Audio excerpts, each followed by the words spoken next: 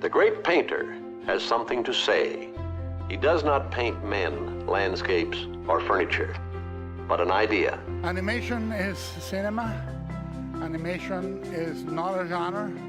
And animation is ready to be taken to the next step. We are all ready for it. And the only way that you can exercise the mind is by bringing new ideas to it. So it'll be surprise. Hello, creators. Welcome to Makin Toons, the podcast about animation by animators and sponsored by Tongal. I'm Raz Cunningham, and I'm joined by co-host Allan Neuwirth. For those of you not familiar with Allan, he's a true Renaissance man of the entertainment world. With a career spanning over 4 decades, he has left his mark on everything from the legendary halls of Sesame Street Workshop and the Jim Henson Company to the Oscar-winning heights of Call Me By Your Name. He is a true powerhouse in animation, writing for iconic characters like Arthur and Courage the Cowardly Dog, and of course, he broke a hell of a lot of ground with the internationally syndicated comic strip Chelsea Boys. He's an Emmy-nominated writer, an accomplished producer, and the author of definitive books on the animation industry like Makin Toons, on which this podcast is based, and I am proud to call him a friend. How are you doing today, Allan? After that intro, I feel absolutely fantastic. Well, I'm glad to hear it. How about you, Raz? I'm doing well. I've got some very nice, let's just say cozy New England winter weather, and it's not atrocious outside, so doing great. Yeah, it's warmed up a bit here too. Thank God, because there were icebergs lining the sides of the streets wherever I was going. I couldn't cross the street. New York in the winter can be a frigid, titanic mess. And covered with soot, by the way. Yeah, there's always a weird gray, like the snow is just grayer in New York. What is that coming from? Is that coming from the exhaust? I thought that's all been regulated now, that cars are not spewing gunk anymore. Am I wrong about that? Unfortunately, I don't know.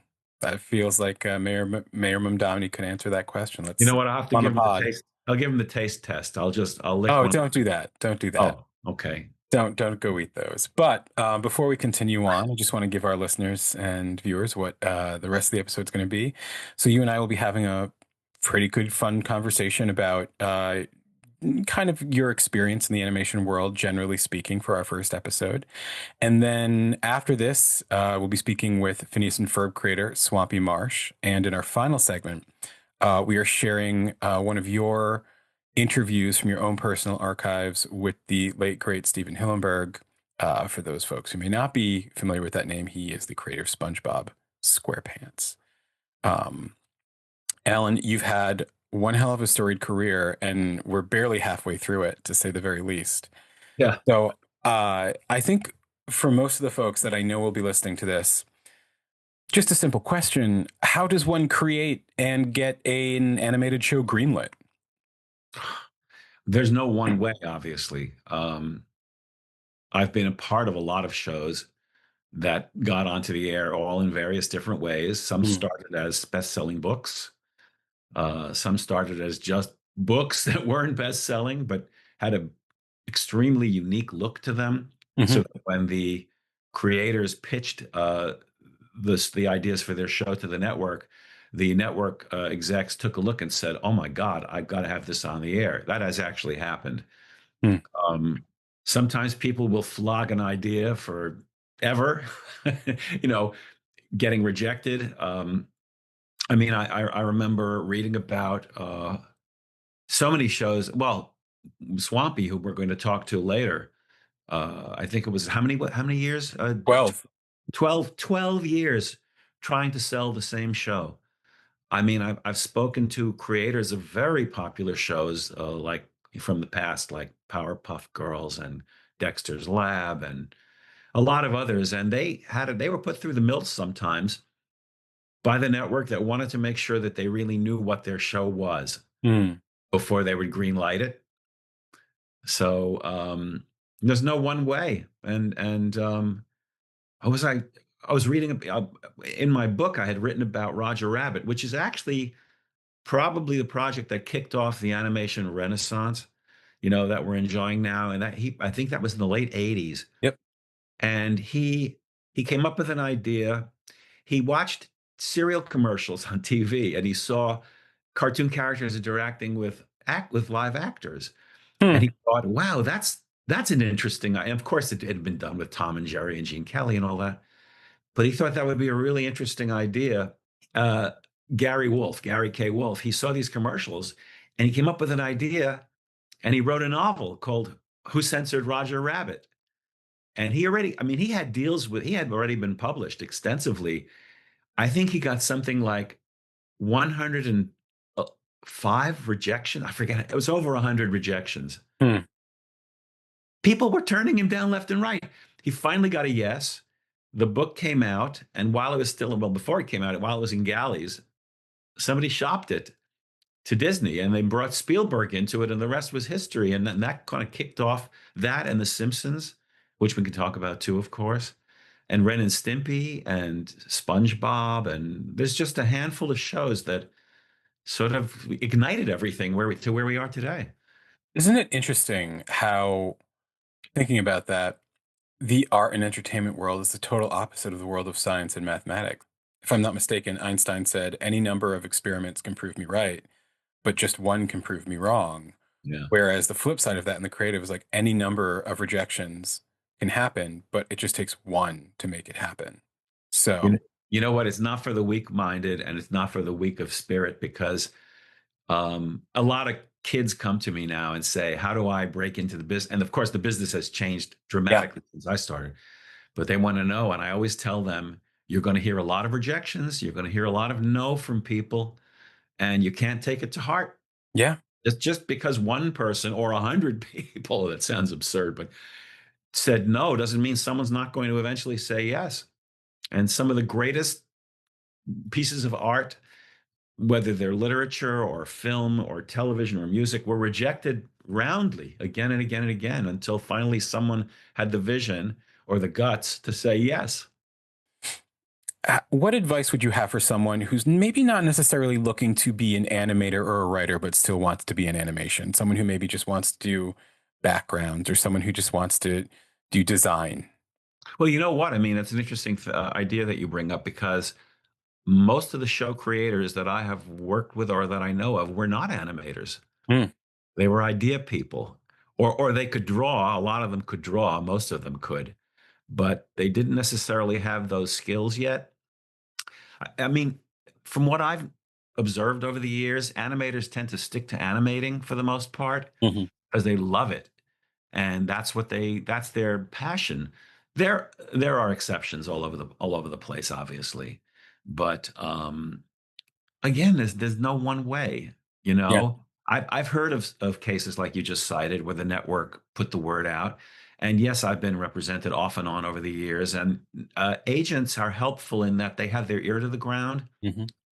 because they're looking for work for their clients. They're always talking to people, but you don't need to have an agent to do that. Hmm. If you join the caucuses, for example, there's an animation caucus in the Writers Guild. There's a caucus with the Animation Union in Los Angeles, and things have changed now. Once upon a time, you had to be living in LA or Hmm. in New York, maybe Chicago, at least in the United States, to get into a show or get on a show as a staffer. Now, ever since the pandemic, Zoom and Google Meets and Slack and they've all picked up the Slack, and people are everywhere now. We're all over the place. I had wrote Bubble Guppies for Nickelodeon throughout the pandemic from this room, working with a gigantic crew. We did 24 or 26 episodes, I forget how many. I know we never met each other Hmm. until the pandemic was over. We did everything remotely. In fact, there was an office for me in the Nickelodeon in the Paramount building in Times Square with my name on the door, and I never once got to set foot in there. Wild. It was hilarious. I was shown photos of it, and there was Ah, supposed food in the fridge that had gone bad. Maybe it's just as well that I didn't ever make it in there. But but yeah, you can be proactive and you can get out there. Another thing is get onto a production, hmm. get into a production company. You can be a gopher, Yep. not with the kind that gnaws on wood with teeth, No, but the foot in the door. Go for this. Go for that. Get my running errands. How I You started. have a flat tail and sharp teeth, in which case you can put those to work in other ways. But just getting your foot in the door and learn the business, see what goes on a show. Working in this industry, especially in a hub city, a lot of the work, if you are not looking to be a showrunner or a director or a producer, well, sometimes a producer, it is all recommendation based. It is just, I know someone who can do this, as you were just talking about. So that's how I started. But I've only dabbled in animation very rarely, but it's always something I've revered and respected greatly because it's a skill I do not have. I used to draw as a kid, but then as with all kids, we pick up different hobbies. But you raised a very interesting notion there. Some people helped you along the way. Yes. And I mean, I had the same thing throughout my career where somebody would see what I do. And I was really young. I mean, I guess I was fresh out of school. I'd have done the required backpack trip across Europe and all that, little of the Middle East, etc. And I don't even remember who recommended me to whom, but I started meeting people who had enough power to get me employed in various different places. And I started at United Artists doing paste ups and mechanicals of all their movies, the posters and things. I was a snot-nosed kid with a bunch of 60 and 70-year-old men in an office overlooking Times Square with a giant picture window. And you could, it was so cinematic. But while that was going on, there was a guy who recommended me to an animation company. I don't even know. I mean, I showed him my portfolio. He didn't know if I could do the things he was recommending. His name was Joe Karoff. There was a TV special made about him not too long ago. I don't know if he's still alive. I think he finally died at 103 or something like that. Wow. This was a brilliant guy who just took a shine to me. He designed the 007 logo for the Bond films. He designed the West Side Story logo with this fire. I mean, this guy was amazing, an amazing career. He just paid it forward, and because of that, I do the same thing now because I was the beneficiary of kindness and generosity, and enthusiasm from people. So it happened. Look, it happened to you too. Yeah. And by the way, Rachel is a doll. I got invited onto a show called Make 'Em Laugh, Michael Cantor at PBS. And he pulled together a bunch of comedy people and threw us into a room to brainstorm about what the series would be. It was a limited series. And Rachel was in there with me. So I was sitting next to her every day. And boy, we had a great time. Oh, I'm sure. She's very funny. Every time I see her in an interview with other comedians or funny people, she always makes them laugh more than they make each other laugh. Because I think she's just so honest and earnest and unpretentious, and I think that goes a long way. There's just a disarming quality to that personality. It's a lovely quality. Yeah. So I'm glad you brought up when you kind of dipped your foot in the door. So we're talking pre-internet, essentially, right? That was, yeah, absolutely. Yeah. So I am curious as to what your thoughts are of how you view animation now. And I don't mean, it's a little broad of a question, but primarily there were, Hanna-Barbera, there were cartoons, some Disney, short form, long form. There were feature films, but short films would make the film festival circuit of animation. And now we're in the digital age. We're beyond the digital age for sure, where animation is anyone who wants to try their hand at it can put it on YouTube, on Newgrounds, Instagram. This is what I did. This is what I'm doing. Just to put it out there. Was there a space for that when you had first started? Or is this a trend or a new avenue you're happy to see? Well, I'm happy to see any progress and any success in all creative endeavors, not just animation. But when I started, there were always people making shorts and getting them, as you said, getting them into festivals. But then when I was coming up, that was also the beginnings of Cartoon Network and Nickelodeon. And they were hungry for original content. They all started out by showing reruns of old Hanna-Barbera and other things, MGM, etc. So Warner Brothers, especially, my God, there's a whole generation that grew up thinking that Bugs Bunny and Roadrunner were made for television. They really were theatrical shorts. but there were always outlets for creative people. And so there was a hunger for content because of the cable industry booming Yep. and all of that. And that's how a lot of shows ended up getting on the air then. Now, I mean, as you said, it's kind of, well, everything's changing constantly and very, very quickly. There's a film that won the Oscar last year, the 2024 film Flow. I just happened to go to a screening. There was nobody there. I mean, there were like, what, there were 10 of us at this little screening room, and the movie blew me away. Mm. And the director, Gintz Zilbalotis, was there with his producer, Matisse. And everybody left except I stuck around because I was curious. How did he make this thing? And he told me that he just decided to make it. Mm. He didn't even, and he didn't do the traditional storyboarding. He didn't do, the way most people do things. He just sat down and started creating things in CG. And he created backgrounds, and he created them. He created a film mostly by himself at first. He was writing his own music as he was going along, choreographing things to the music, and making discoveries as he was going. And I suspect a lot of people are going to be doing things that way now. Of course, we'll have another conversation about artificial intelligence and how how going to impact, because it's going to impact things considerably. Yeah. Creativity will always be needed, and ideas will always be needed, but execution will be a little different than the pipeline that we've known until now. Mm. But to answer your original question, I mean, all of it excites me, and I love creativity. I love comedy. I love drama. Mm. Anything that makes us feel something, whether it makes us cry or scares us or gets us excited or makes us laugh. And, there's nothing like it. There's nothing like it. I mean, anyway, I probably went off on a tangent there, but. No, it's a good tangent to go on. I think anyone that has a passion for not just being creative in their own creative work, but for these subjects is fine with that. We just want to be amongst each other and talk about the things we like, but also learn. I think that's a good place to leave off and kind of get to our interview with Swampy Marsh. So, Allan, would you mind just introducing us to Swampy Marsh? Swampy, wow.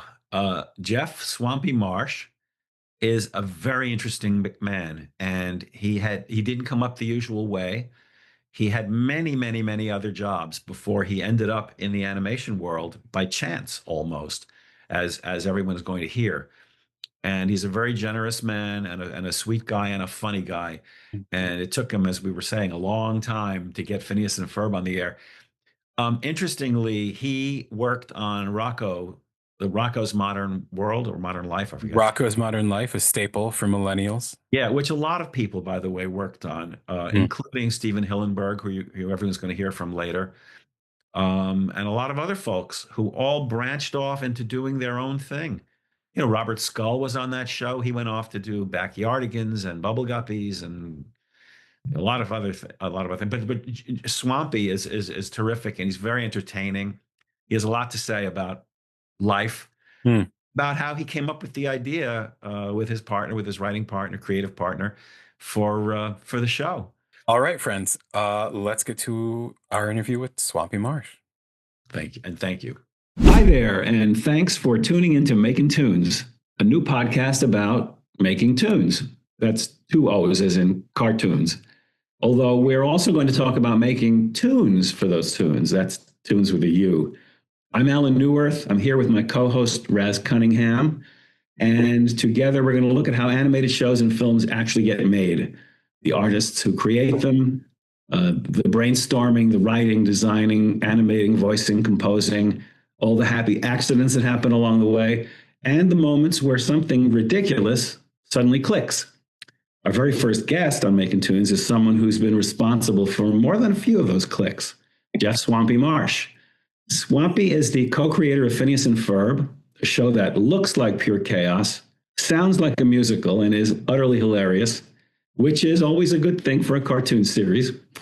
He has also worked on shows like The Simpsons, SpongeBob SquarePants, King of the Hill, and Pete the Cat, which somehow manages to be laid back, musical, and completely its own thing. proving that Swampy's range runs from caffeinated anarchy to cool, deliberate groove.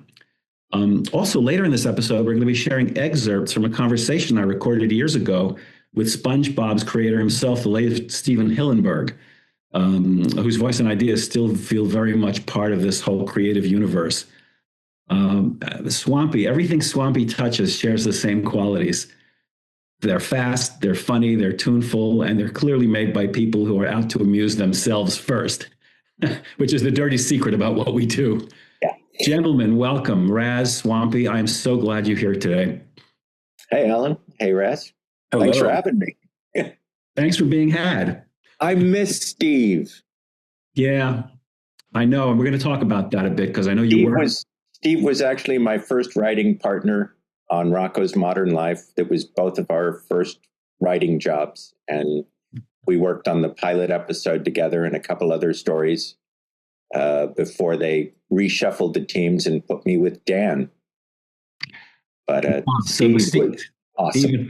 Stephen first, and then Dan. Yeah. Well, we're going to get to that in just a bit. I just want to give a shout out to Kelly Calder and Donna Felton. We share the same agent, Swampy and I. They are lovely humans. They are. And thank you for introducing us, Kelly and Donna. And thank you for facilitating this today. Thank you for taking care of me for all of these years. And me too, by the way. Yeah. Yeah, they're great. They really are. Yeah. They're mensches. They're women, but they're menchettes. They are very menschy. They are. Menchettes? I don't think that's a thing. Anyway. No. Of course, I did a deep dive into your history, Swampy, because we have to do these things. And I was surprised to hear about your prior career before you got into animation. But I want to go before that. When you were a kid, were you a kid who built things? Did you build tunnels and forts and tree houses and crazy inventions? Yes, I did. Tell us, how old were you when you started doing it? And tell us about that. Oh, go-karts, wooden go-karts. And I always had access to a lot of tools. And I had mini bikes. And we used to do, big productions in the backyard and bands. And we put on a musical one time in our apartment building. We restaged Jesus Christ Superstar around the pool of our apartment building. We used to get up to really dumb, crazy, dangerous, stupid stuff. It was wonderful. How old were you at the time, roughly?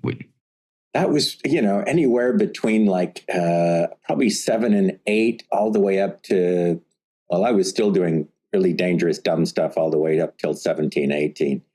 Okay. We were part of the first group that were cutting up bicycles to make BMX bikes before that was a thing. Did you ever get in trouble making something that was maybe too dangerous?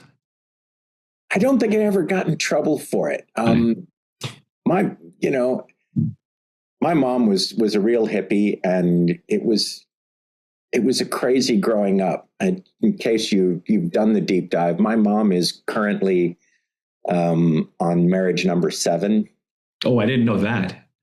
And so there was a lot of stepdads and folks in between. And I lived with my grandparents for a while. And so there was a lot going on, I guess. The best way to put it. It's interesting because my mother was married 4 times, but that's a whole other story. We moved a lot. So there was chaos in my childhood. Do you think that it helped you in some way? I think it served me well for this job. It of course comes with a lot of baggage. And, there's certain things that, you're still that upbringing is still paying unusual dividends. But for storytelling and creativity, and also I think the way I relate to people, it has served me well. I'm amazed at how often I'm able to draw from personal experience. Mm-hmm. And I don't have to imagine, because I've been in some really weird situations over the years. It also kind of gives you resilience. I firmly believe in that old adage of, that which does not kill us makes us stronger. Because you make a choice at a certain point. Either all of that craziness and chaos that you went through is the reason why you don't succeed, or it's the reason why you're well equipped and well armored to deal with anything. You can throw anything at me now. And I'm like, no, trust me, it's fine. I've seen much worse. I totally understand. Packed up and moved all of my, belongings in the middle of the night on more than one occasion. I'm familiar with, I was telling somebody the other day, because of my grandfather, I've literally been to the White House Christmas parties when I was a kid during the Nixon administration. Oh my God. And I've spent a bunch of my life on food stamps and started working at 15 so I could afford my own car. Swampy, who was your grandfather? Les Brown. He had a band, Les Brown and his Band of Renown. He was the guy who discovered Doris Day. Yeah. And he was the musical director for Dean Martin and Bing Crosby and Bob Hope, all the Bob Hope specials. Jerry Lewis, too. Yep. He was in The Nutty Professor. He was in The Nutty Professor. He was. His band was the band that was playing at the high school dance at the end of The Nutty Professor. Was this an object of pride for you as a kid? Oh, gosh, yeah. I mean, I got to go watch these tapings when I was a kid. I got to go watch Dean Martin and Sammy Davis Jr. and Bob Hope and Glenn Campbell and all these guys at the studio. And our Christmas parties had the most amazing musical talent. It was years before I realized who some of these people were. They were the folks who were at the Christmas party sitting around the piano singing songs. Oh, it was great. What an amazing fantastic upbringing.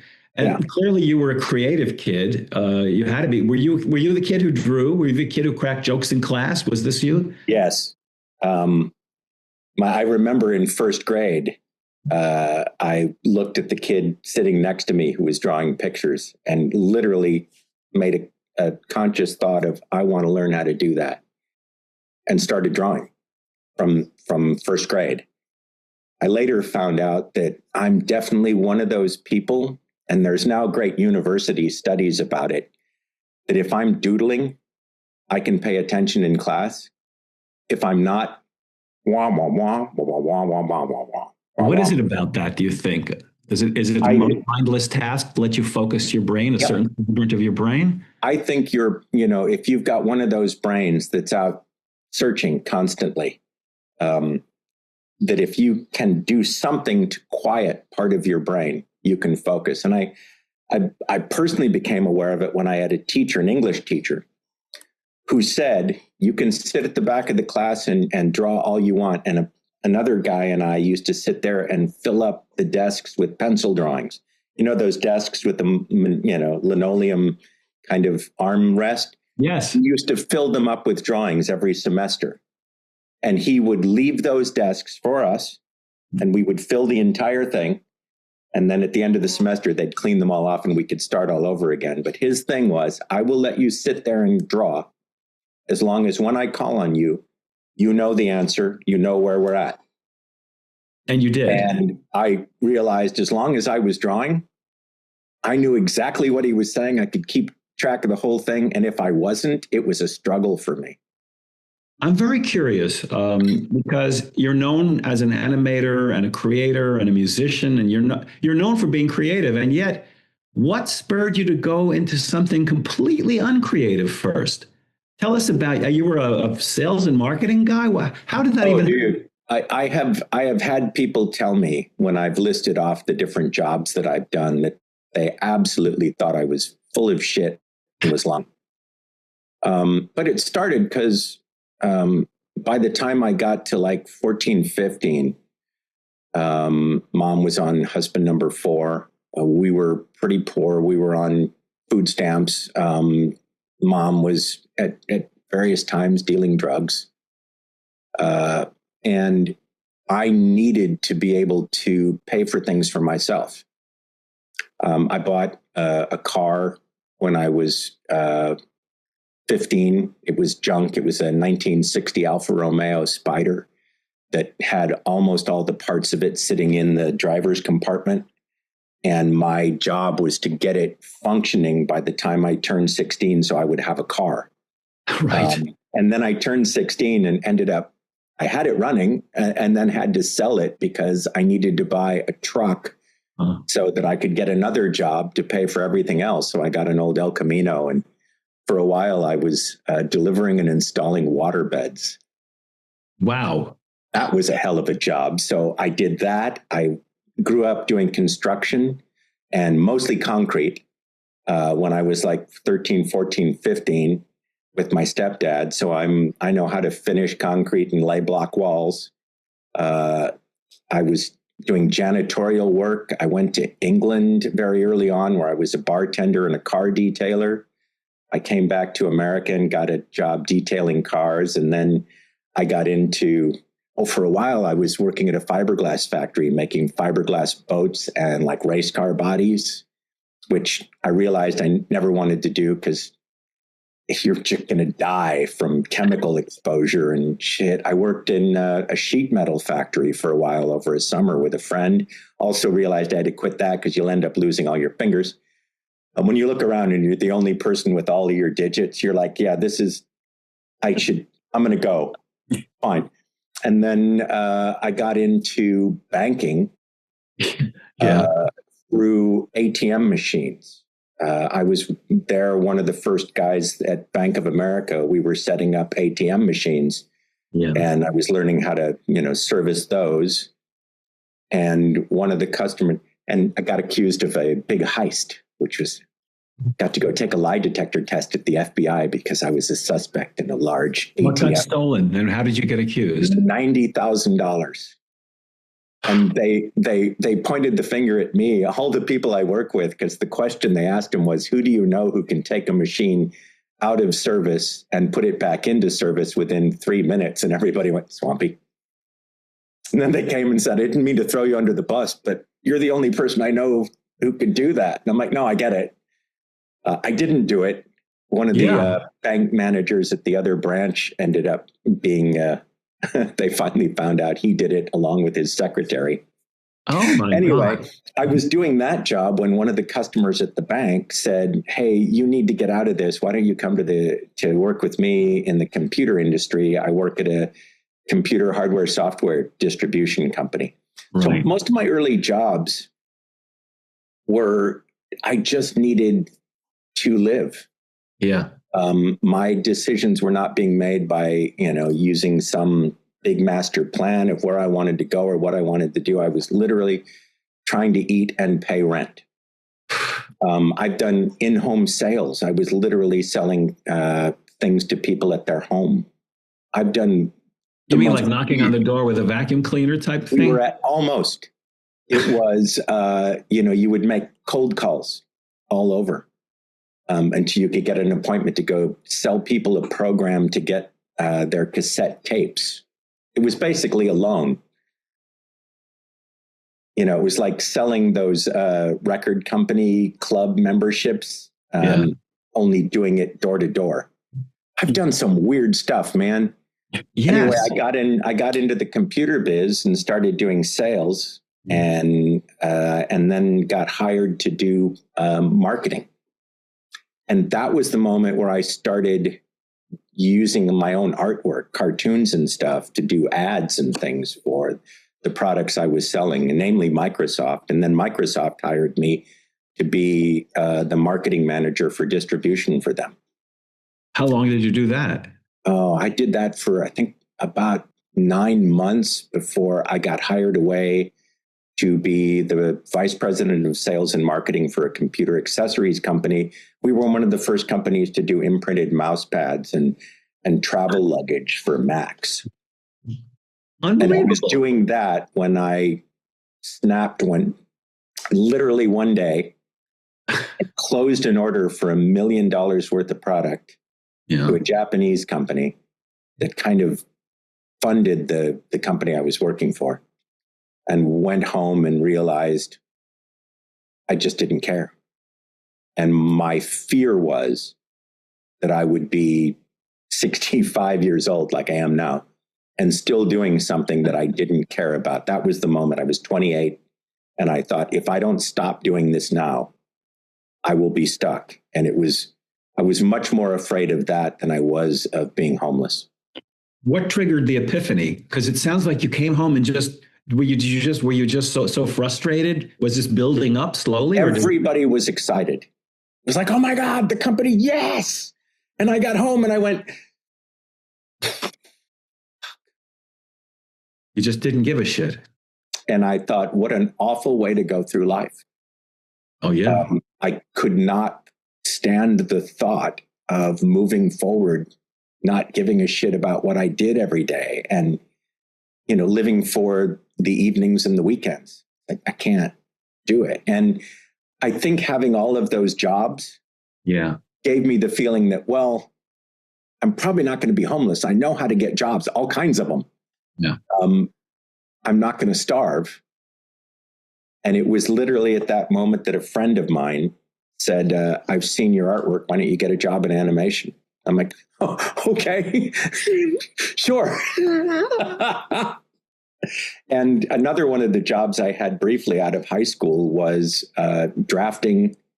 And I had taken architectural classes all the way through high school. So I learned architectural rendering, and I'd gotten into a geological drafting firm. And then for a while, because I knew how to read plans, I was an expediter for a company that was making valves that go on the jet packs that went up on the space shuttle. Oh my God. You're right. You don't need to, you don't need to make this stuff up. It's you've everything. You've lived everything. And so when I got into animation and started to, it's a long-winded way of getting back to, I think, where we were. Yeah. I can draw on actual experiences of being in the business world. I've sat in boardrooms. I've, worked some of the grubbiest, dirtiest, grimiest jobs. And I was always the guy who could go, oh, I'll animate that because I know what it looks like. I've done it. Let me ask you this. Was your bullshit detector always on with all those other jobs that you had before? There must have been a voice in your head saying that this isn't what you wanted to do with your life. Everything, I was always, like I said, just trying to be independent. Yeah. I wanted to be able to make enough money that I wasn't beholden on anybody, that I could, go where I wanted to go and do what I wanted to do. That was the biggest motivation for working. So you end up sort of haphazardly just being invited into the animation business. Mm-hmm. And you had never thought about doing that before at that point? No. And because I was one of those people, I always drawn. Yeah. Always done cartoons. And again, I used it to make friends and everything through high school. And it was, a great thing you could do, to make people happy and smile. People would leave. Did you write your own comic books? Did you write and draw your own comics? I did little comic strips and things and made comic books and stuff. And for a while, I was thinking maybe I'll become do the New York magazine, the New Yorker comics, because my grandfather would love the New Yorker, and he's like, you should do that. And it just, I could never, with the animation thing, what my perception of a job in animation was doing the frame by frame animation to make, Bugs Bunny run across the screen. Right. And I didn't know how to do that. And I didn't know how to learn how to do that. So I didn't understand what all the jobs were. Mm-hmm. So when my friend said, you should get a job in animation, I've seen your drawings. And he said, I also know your architectural background. Your knowledge of perspective is crazy. Because I had a high school teacher who taught perspective on a colossal, mind-numbingly accurate scale. Our class project at the end of the year for him was to draw a kitchen interior. Okay. In perspective to scale. And he taught us how to do it. And so my buddy said, you could get a job doing backgrounds really quickly. Yep. I can get you a portfolio and I'll show you how to do like the cartoony stuff, but you could translate that skill easily. So 2 months later, I had a portfolio that he helped me make. Wow. And I got a job on The Simpsons. Who was your friend? Joe Pearson. Okay, no, I don't know Joe. He's done some producing and background. He had his own studio for a while. He's just, one of the old animation guys who was around forever. Yeah. And we just happened to have a mutual friend. And he was the one who helped me do it. How far along was the Simpsons? then Yeah. I found out another friend I had, the real Ferb, because there is a real Ferb. Oh, They had a friend, Debbie Silver, who was working on The Simpsons at the time. And she was the one who told them, hey, The Simpsons is hiring background people, and they're looking for folks with strong perspective skills. right. So I went and had an interview with David Silverman. Yep. And got my first job. Were you working at Film Roman? Is that where you were? No, first was the Klasky Chupo. Oh my God! That over in Hollywood. At what? No, I remember Klasky. At what point in the run of The Simpsons did you come aboard? Because I had a lot of friends there at the time. Second season, Blood Feud was my first episode. The first thing I ever drew was Otto's Naked Lady Mud Flaps. I remember it distinctly because that was I was 1 week into the job. It was my second Monday. I came in early. Yeah. Because I was trying to learn how to do what it was I was doing. And I sat down with my cup of coffee and started crying. And now I'm going to cry now. It dawned on me that somebody was going to pay me to do this. Wow. And I took a huge pay cut from the computer industry. Yeah. And I could not have been happier. It was just the coolest moment ever.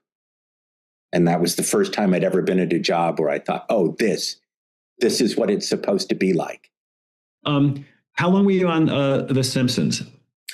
On and off for 6 seasons. I did a couple seasons at Klasky, and then we had a hiatus. And I went over and worked for Hahn Productions, Steve Hahn. Mm-hmm. God, he was a wacky dude. We did Little Dracula and something else. Yeah. And I was, that was where I did my first storyboarding job, because one of the producers came in and said, hey, we're looking for storyboard artists. Do you guys know any? And I foolishly put my hand up and went, yeah, I do storyboards. I didn't. And he said, great, can you start Monday? And I went, sure. And he asked me what my storyboard rate was. And I realized I didn't know what storyboard artists make. So I made something up. I gave myself a nice raise. Okay. And then I called another friend who's a great storyboard artist, Kevin Altieri from the Batman. Yep. Kevin's an amazing guy. And I said, hey, Kevin, can you teach me how to storyboard? And he said, sure. And I went, great. Can you teach me by Monday? And he laughed and said, I'll tell you what, I'll teach you enough that you won't get fired on Monday. Right. And we'll take it day by day. So that was my first storyboarding job. And from there, I ended up, I think I went back to The Simpsons briefly, but then I got hired at Rocco to go do Rocco's Modern Life, where I also told them confidently that I was a writer.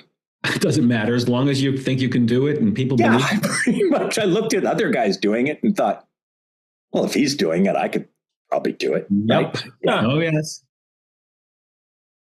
My God. So off and on for 6 seasons. The very last thing I think I ever did was I freelanced an ending sequence, Homer versus New York. It's where they do that helicopter shot where they pull back over the. I freelanced that, actually doing it using computer wireframes. I pitched him doing that. Wow. While I was working on King of the Hill.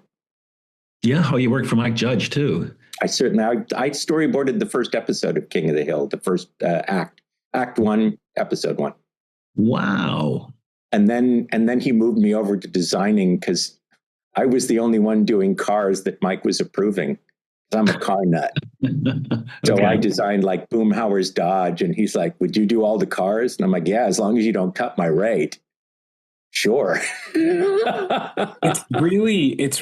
Car guys end up in animation a lot. I've come across in some of the research, and I came across, I don't know if you're familiar with Lupin the Third, Miyazaki's. Yeah. Very. Okay, I'm just making sure. I never want. Yes, the amount of detail they put into how those cars move in Castle of Cagliostro. And I can also name all the cars. You can what? I go through and I can go, Mini Cooper, Alfa Romeo, Alpine. I know all the cars in that. It's not I don't have a problem. Yeah. Okay. I can No one's suggesting it. No one's. But it's interesting that like the level of detail animators will bring to their own interests in things that they're animating, and it's that love of translation that I see happen with animation more than say live action, because then at that point you're dealing with a production designer who may have some strong feelings about what you're doing, as opposed to an animator who's like, I'm doing this, I've got it, it's fine. Yeah, leave me alone. Yep, I'm good. Mm-hmm. I know how this moves. Yeah, so that's kind of how I made my way on King of the Hill. Was Mike liked my cars, and it was from there that I ended up moving over to the UK to do an animated sketch comedy show for the BBC. Before we go there, you omitted a very important item, newsflash, and that is when you were at Rocco, I think you wrote with Stephen Hillenburg. I did. What was that like? Did you have the same sensibilities? Because, I can see it in both your shows. Yeah. Steve is just one of the most soft-spoken, kindest, nicest, genuine, gentle guys. But there's just so much wackiness going on inside his head. Mm-hmm. So if you just met him on the street or something, SpongeBob wouldn't make sense to you. But if you get to know him a little bit, it's like, oh yeah, that's Steve. Steve is just bonkers. And I just loved working with him. He's really smart. And he was one of the guys who, the first writing gig I had, we were doing while Sucker for the Suckomatic was sucking bizarre things, up and was completely slapstick, crazy, wacko, physical action. Yeah. We were doing intellectual jokes. Right. And I love that about Steve. He could very easily mix, jokes about philosophers and history and science and all of that seamlessly with complete and utter chaos, mayhem, and slapstick wackiness. So when SpongeBob came out and, people were like, what the heck is that? What's wrong with that? I could say, that is so perfectly Steve. Yeah. And the marine facility. I mean, he was obsessed. Did you realize that when you were working with him? How obsessed. He showed me his first film and explained it to me. And he talked about, he was down doing marine biology, but his first film was this bizarre thing that was something about like nuclear deterioration of molecules or something. It's just nuts. But it's where I first heard that he was, really his first passion was marine biology. Yeah. That's where he went back to. He spoke with me about it at great length and extremely excited about it, and told me how he would draw comics, for the Institute and distribute them himself. And I mean, but also at The Simpsons, you met Dan Povenmire, no? I did indeed. Well, so I first met Dan on The Simpsons. We were sitting across the aisle from each other. Oh, okay. Over at Film Roman. Right. And, that's the person we just there connected and realized we had, we were comedy brothers from another mother. Yeah. But we were the ones who would like call across the aisle to say, hey, stand on one leg and hold a plant for me. And then you'd sketch each other's stuff. We became friends there. Mm-hmm. So when I got the job on Rocco and I found out they were going to let us write, literally my first call was to Dan saying, dude, you got to get over here. Mm-hmm. They're letting us write stuff and you are overqualified for this gig. And he came over and interviewed with Roger Chasson. Mm-hmm. And he got put on a writing team, I think originally with Doug Lawrence. Okay. So we were working on the show together, and then they did a shuffle and they put Dan and I together as a writing team. Mm-hmm. And we did, our first episode together was Wallaby of the West. Okay. And at the end of that, we wrote our first song together, the Ballad of Rocco, the Wallaby of the West, which nobody asked us to do. We had written so much extra material. Yeah. It just worked so well. We filled the entire room with storyboards, and then we had to figure out how to edit all the crap. And then one of us had suggested that, and we still don't remember to this day which one of us did it. One of us suggested we do this whole chase at the end of it with a dead horse. which we just said to make each other laugh. And one of us went, no, wait a minute, let's see if we could do that. Maybe if we put the horse stuffed on wheels, we could, and we did the whole thing. And we were ahead of schedule. And that's when we said, we should just write a song. And we wrote, sit back and I'll regale you about my nephew from Australia, wouldn't know a cow pat if it slapped him on the rear. He can't ride a rope or wrangle or play a good triangle. And his best friend on the planet is a steer. It was a great lyric. And that's when we realized, we need to keep doing this. And it was very shortly after that we created Phineas and Ferb. How did that happen? We just said, we have to create a show together. We can sell our show to Nickelodeon and we'll keep working together and our lives will be happy and wonderful till the end of our days. So we created Phineas and Ferb and pitched it to Nickelodeon and they said no. Why did they turn it down? The early comments that we got, the vast majority of them were that the show was too complicated and too smart for kids. We had all these interconnecting storylines. Our idea was to do what we loved about Rocky and Bullwinkle was that there was all these different stories and different characters. Mm-hmm. We just thought if we could do something like that, but they were all sort of interwoven in the same world. And we were told confidently that it's too smart for kids, too difficult for them to keep track of. And we firmly believed they were wrong, so we refused to change it. And how long, because I've read 10 years, 15 years, how long did the project stay alive in your heads and at various different companies that you pitched it to? 13 years before it got sold. 13 years. And did you ever change things at all, or it stayed always true to what it was? We kept looking at it. Every year, all the new shows would come out. And we would literally, talk to each other and say, nope, this is still better than that. Yeah. We're not changing it. And by the time it got to the air, the only thing that wasn't included was the bugs. Mm-hmm.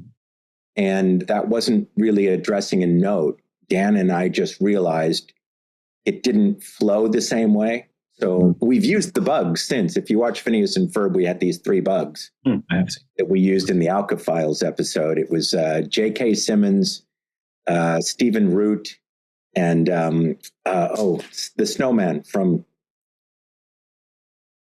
Snowman from what? Frozen. What's it? Josh Gad. Josh Gad. Those were our 3 bugs.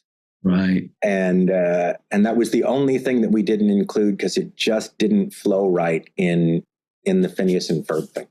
But your original conception was the 2 kids, the endless summer, the platypus, secret agent, the duality of and sort of complex, but everything always ties together. That was from the initial concept. Yeah. Wow. We weren't going to change anything because it all worked for us. We believed. Why did Disney finally say yes? Was it a new executive there? There was a new executive, but the bigger thing really was they had a directive to actively pursue boys. And up until that moment, they were ambivalent about whether or not they had a boy audience. Mm-hmm. And our show was boys. So when they picked it up, and we know who fished it out of the filing cabinet. Thank you, Sarah. They had said, okay, we need to do boys shows. And she was the one who said, there was the show that we didn't take because it was a boys show that you really liked. Yeah. And so they called us back and the directive was, we want you to bring boys to the network, but we want you to do it without alienating the girl audience. So Candace came in. Okay. She was part of it, right? She was already there. She was already there. Wow.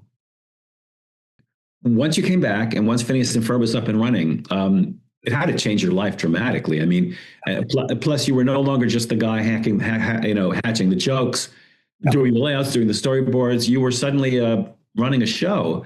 What was that like for you initially?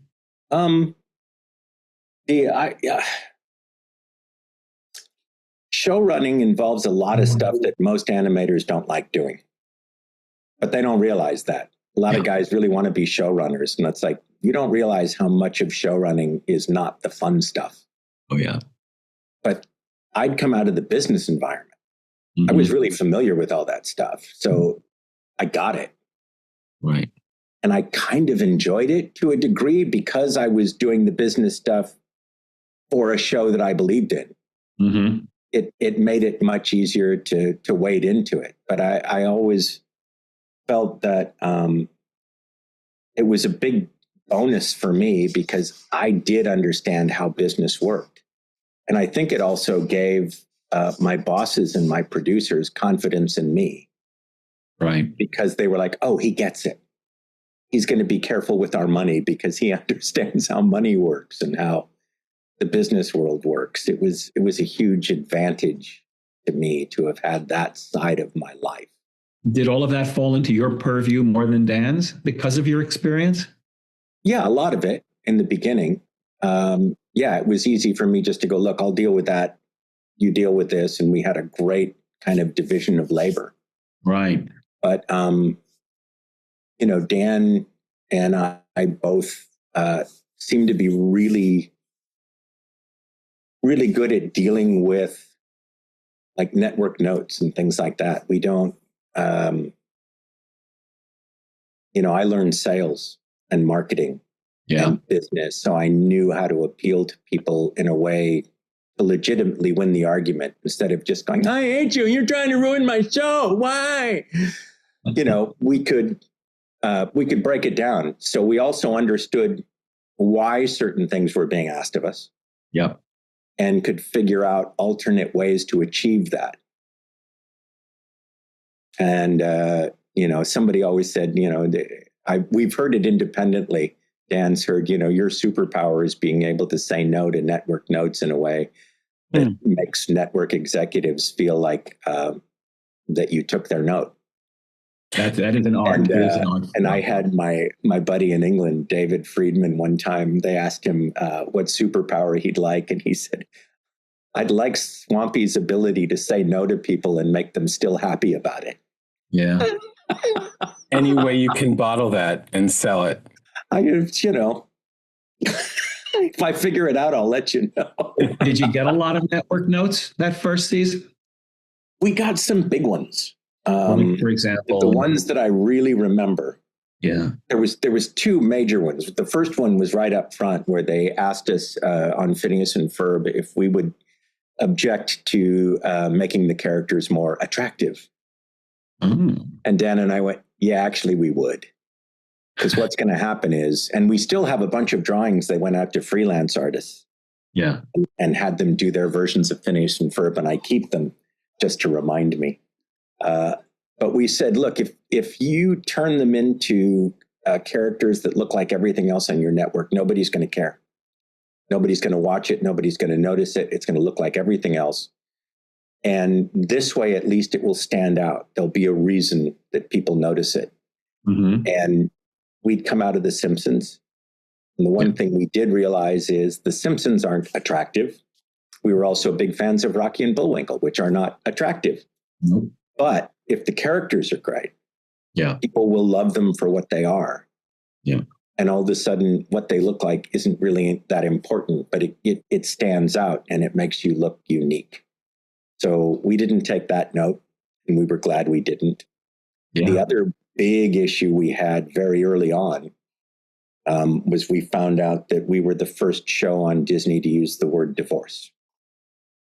And we had mentioned it in an episode when Doofenshmirtz says he was divorced. Yeah. And somebody casually said, oh, yeah, you're going to have to take that out. We can't mention divorce. And me, the child of several marriages, went, why? And they said, well, what if some kid, his family is going through a divorce and he hears that and, might be sensitive to it. And I said, yeah, what if he hears that and feels seen? Because half your audience are children living in a divorced situation. Yep. There's no way you have the right to tell all of those kids that their situation is so bad that you can't speak the name. Yeah. What year was this, Swampy, roughly? This was 2015, 16. That is unbelievable. And I came home that day and actually told my wife, I think I may have just got fired. She's like, what are you doing? We just moved over from England. We sold our house. And I went, yeah, but it's important. And the next day, I remember it was Gary Marsh who came in and said, "We hear you, and you made a really great case, and we believe in you, and we're going to go your way." Wow, that's respect. Yeah, it was really nice, really well handled. And I loved the fact that it wasn't just because we got upset and threw a tantrum or anything. Somebody really thought about it and went, "You made a good point. Fair enough." And then a couple of weeks later, we said alimony. Somebody went, "You can't say alimony." I remember one of the executives in the room looked at the guy and went, "Don't, just leave it." Were there any notes that you got that you did capitulate on? I'm sure there were, I always encourage people. It's really easy to create an us and them situation with executives. Yeah. And you shouldn't. There is no executive who's trying to kill or ruin your show. It's just to have that narrative is utter bullshit. Yep. Network executives want your show to succeed because it will make them look good. Yeah. They are trying their best to help you do that. It doesn't mean that all their suggestions are right or good. You're the creative. You need to protect your characters and your world and all of that. But their motivations are, even if they're self-serving, it's not about trying to crush your show. That's just, you need to realize that. Yeah. I always find that the best way to look at it is, if you're getting a note, for some reason, at that moment, the executive disconnected from your story or your character or your world, your job is to figure out why that happened. Mm-hmm. The note may be, could we change that character to a boy or a girl? Or maybe if this character's hair was red, or I don't know what it is. The note they give might not be, or probably isn't, the right solution. Yeah. But you have to figure out why that disconnect happened and fix that. Mm-hmm. So listen to all the notes. In there are some great suggestions, and we've had a ton of them that have come through. Specifically what they are, I don't know. It's been a long time and a lot of notes. Absolutely. But every note has some sort of basis in it, even if it's just that. Mm-hmm. Your audience disconnected there. Find out why. On that note, specifically, Allan mentioned earlier, and I'm sure, you agreed, you write for yourself. You're creating the show for yourself. Yes. Is there a joke that may not have landed with everybody else, but you loved, and it was just there for you? Great question. There have been a bunch of things that I've just done. I found out later that a lot of them connected. My wife's Dutch. Mm-hmm. So every so often I will do a Dutch joke. Something stupid. I'll put a language joke in or something like that, just because it makes me laugh. And as long as it doesn't lose the audience, what the heck? And then I found out later that the Dutch audience really loves it. I'm sure they do. Are you kidding? They also feel seen then. I'll put in car jokes because I'm a car guy, or things like that I know are only there for me. Yeah. And it makes me chuckle. And my rule is always, as long as it doesn't offend anybody or we dwell on it long enough that it bores people. It was like the existentialist trading cards gag that we did. I remember we got a note about that. Buford and Baljeet are trading. Mm-hmm. Give you 2, Nietzsche's for a Sartre or something like that. And somebody went, kids aren't going to get that. And I went, dude, adults aren't going to get that. That joke is for 10, philosophy majors. But it's funny either way. You don't have to know who Nietzsche or Sartre or who. And it's just weird that Buford and Baljeet are trading existentialist philosopher trading cards. I think it's hilarious. Yeah. And leave it. It's okay. So we're going to run out of time completely because this has been amazing. I mean, because we could talk for another hour, but I'm not going to do that to you. We can't do it either.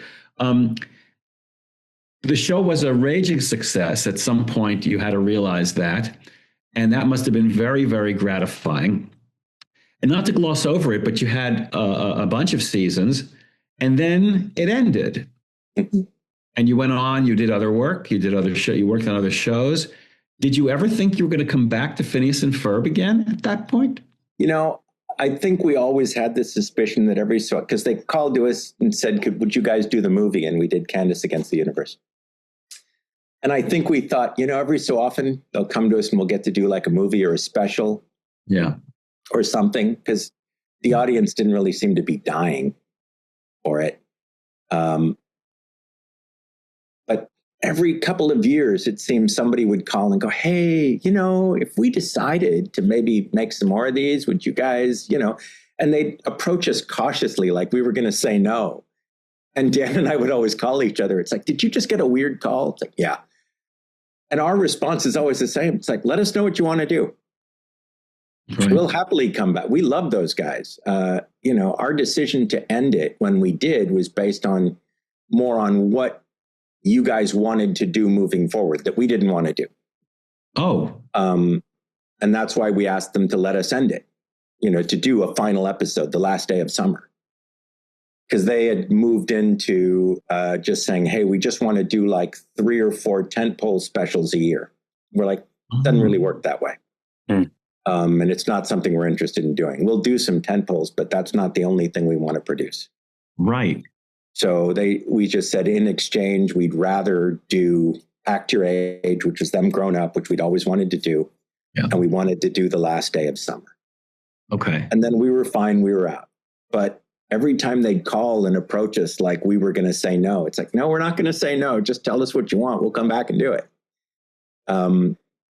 And so the very last time they were like, hey, we want to make more. What you guys want? It's like, yes. The answer is yes. It's always been yes.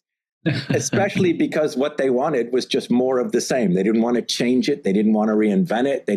They just wanted more of what we were doing. We're like, yeah, what we've always wanted to do.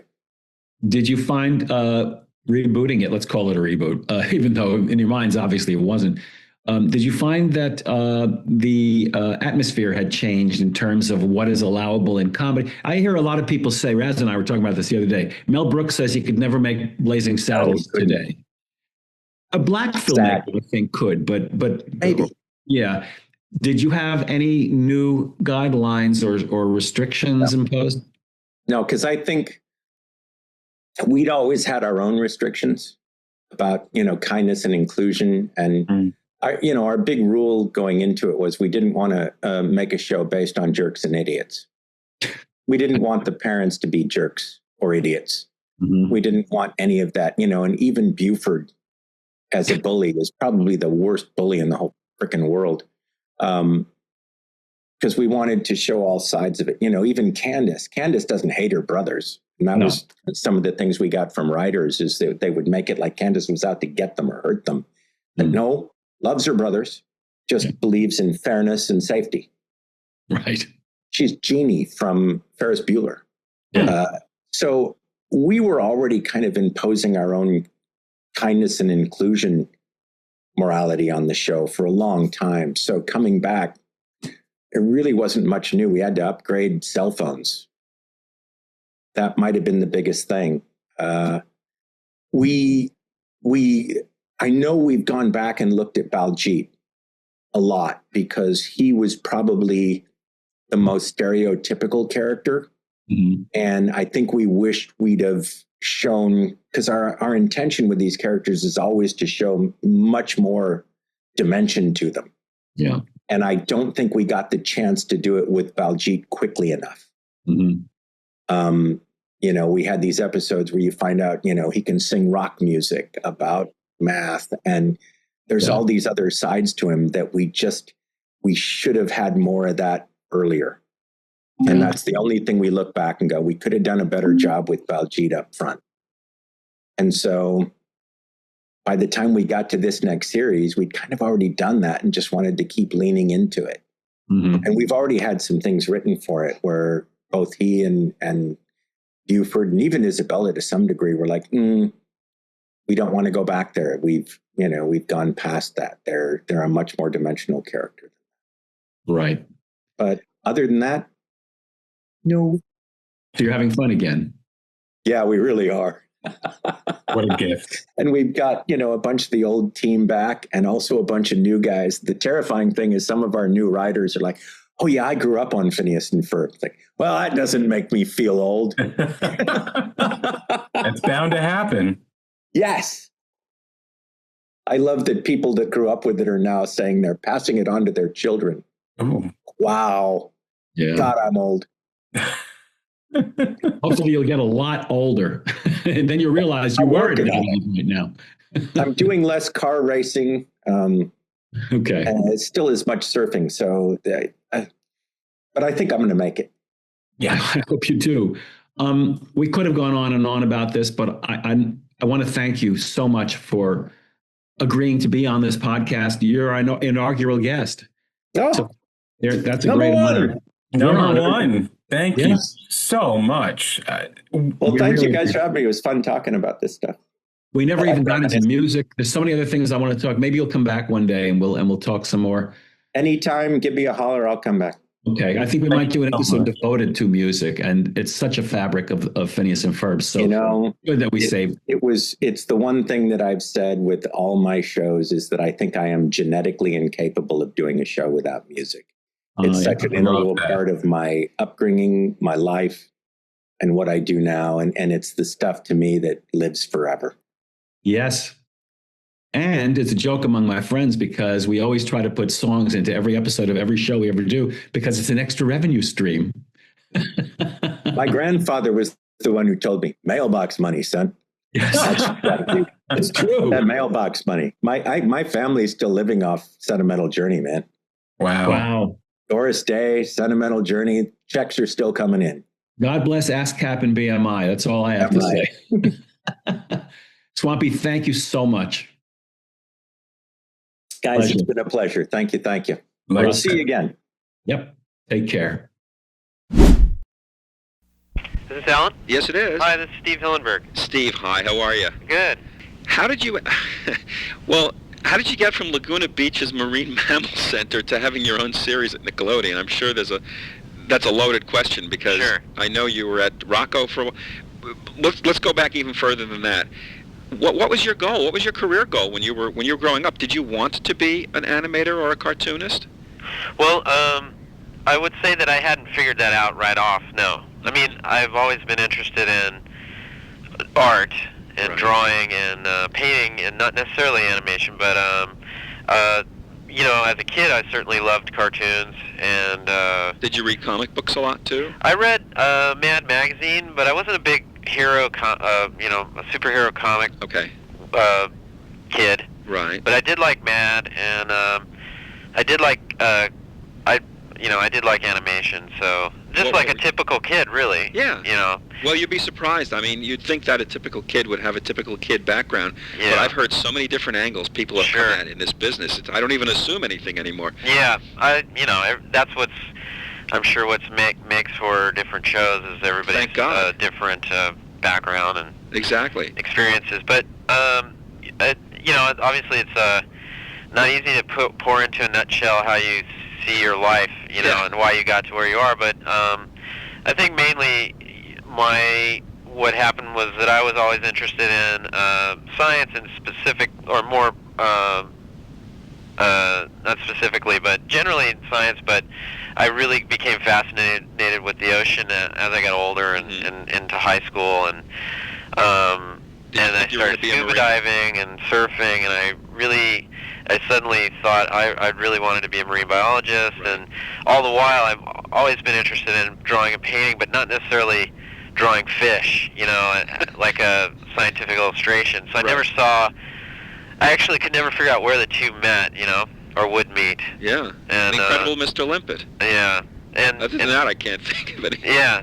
I mean, it didn't really occur to me until later. But anyway, so what happened, I think, for me is that I just basically followed my interests. I've gone through a few different careers, and basically always trying to be, as I said, follow what interests me, not necessarily where the money was. Right. And it really wasn't calculated to even go into animation, for money. It was just that I was interested in making films. Well, how long were you at the Marine Mammal Center? Well, to get get it. The accurate name of the place is now called the Marine. I'm sorry. It's the Ocean Institute. Ah, okay. But originally it was called the Orange County Marine Institute. It's a different facility than the Marine Mammals Center that you're thinking of in Laguna, and it's in Dana Point. It's still there, and I was there for about 3 years teaching and doing some of the art for the. They had a limited budget for art. Right. So I was kind of their instructor / staff artist. Right. And it was actually a great experience because the philosophy there was how can you make something like a difficult scientific topic interesting and easy to understand and fun. And so the goal was always how do you make say something like adaptations easy to swallow, Right. How can you make it fun and easy to swallow for kids? And so we did whale watches and tide pool. We had tide pool study and touch tanks and a whale skeleton there that kids could look at, and right. a nautical history program. Anyway, it was a very it was sort of accidental, I think, for me to end up there, but it was a very creative place. So I fit in perfectly, as far as the idea of teaching science, but making it really fun and exciting. And of course, our most common student was a kid. We're kids. Mm-hmm. So I think that probably came in handy later when I ended up in animation, right. For kids programming. Did your skewed sense of humor come into play when you were? Well, you weren't really teaching. You were. Oh, definitely. I think it's a lot of the instructors were. I thought had a really good sense of humor about things, and we tried to do like game shows and right. what's the guy from David Letterman with the stunt guy? Yeah. Dave. I know who you're talking about. Super Dave Osborne. Super Dave. We tried to do like a Super Dave guy to demonstrate, say how you walk properly through a school of stingrays on the bottom. So we definitely try to always have fun with it. And anyway, so that's a long explanation for that place, but it actually, I think, really made sense. And then I just reached a point where I really wanted to have be an artist full time for my job and for a career. And I had always liked animation. And at the time that I was there, the New Adventures of Mighty Mouse was on television. The Bakshi one, yeah. Exactly, the John K. Bakshi. Sure, I remember that. And Pee-wee's Playhouse. And so I think those sparked something in me. And even earlier than that, as a teenager, maybe 12 or 13, I had seen a tournée show back when they used to air them show them at the Museum of Art here in LA County. Mm-hmm. And that had a lasting impression on me. I know there was a Dreesen short in there, and Paul Dreesen. And so later, it dawned on me that stuff had really struck a chord. Right. And so, anyway, I got to this point at the Marine Institute where I realized I wanted to go back to school for art, but I didn't. I thought painting might not be a good idea. What can I ask you a question? What keyed that change in your head? I mean, you were probably having a good time doing what you were doing. Was this just a voice in your head calling you to do more art and draw? Well, it always seems like, I don't know if this is true for everybody else, but it always seems like for me, I start thinking about something and it takes me 10 years to actually have it happen or have someone else believe it. But anyway, what I think even when I was studying marine science at Humboldt State, I had already started to, I think, blossom as a painter, and people showed a lot of interest. I wasn't even in the art school officially, but they showed a lot of interest in my work. Right. And I think even from there, I realized, if I go to graduate school, I probably should go into art. And so it was kind of, it took me a few years to get it together, but meanwhile I was working, and that's where I ended up, as far as my skills, that's where I ended up working in marine science. Right. And I also... Go ahead, you go ahead. I also think that originally I had thought that I would get into exhibit design, and that I would combine art and science somehow, and that's how I would sort of fulfill both interests. Right. And that didn't really happen. I sort of followed a few leads on that, and it just didn't really happen. And I just decided, you know what, I'm just going to go back to school. And animation seemed very exciting. You know, it's a medium that it seems like we've only scratched the surface as far as the arts go. Sure, you know, we've seen kids shows and that sort of thing, but as an art form, it seems like there's a lot to be done. Oh, there's so much that hasn't been tried yet. And so I went into the experimental animation program, and Jules Engel, who is was the head of the department. Is this Cal Arts we're talking about? Yes, at Cal Arts. I'm sorry. As soon as you said Jules Engel, I figured. Yeah, and of course he was a major. The decision for him to, you know, and let me into his program was a major turn for me because, you know, before then I had no academic experience really in the arts. Some, but not, you know, I didn't have a degree, and he could see from my paintings, I think, that I might fit well into his program. So you really were a fine artist up until that point. Yeah, exactly. If you want to say that, yeah. I was a painter and a sculptor, and I was starting to make these animated sculptures with old toy parts and fireworks and stuff. So there was like this kinetic thing starting to happen in my work, and so animation was really exciting to me. Right. And especially an experimental program where there was an interest in things that weren't just cartoony, and so. Was your personal style? Did it ever veer toward cartoony? Well, I made a couple films. A couple films while at Cal Arts. They were sort of a cross. I would say that, you know, like a Paul Dreesen influence. You know, with the loose line. They were really gestural and no cell paint. And the first film I made was called The Green Beret, and it appeared. It toured in some of the, you know, festivals. Was it humorous? Yes. It was about a Girl Scout with large hands selling cookies, and she knocked down the houses that she was trying to sell them at. So. And how did it get the name The Green Beret? Well, she's wearing, you know, Girl Scouts wear green berets. So, and then the next film I made was a little more complicated, and it is called Wormholes, and it's basically inspired by this book called Mr. Tompkins in Relativity Land, where this guy, I think his last name's Gamow, describes what it would look like if, you know, in a sort of ordinary setting, what it would look like, how it would be affected by relativity physics and what things would look like. And so I did this short on that, and it was sort of, I guess, like a relativity poem.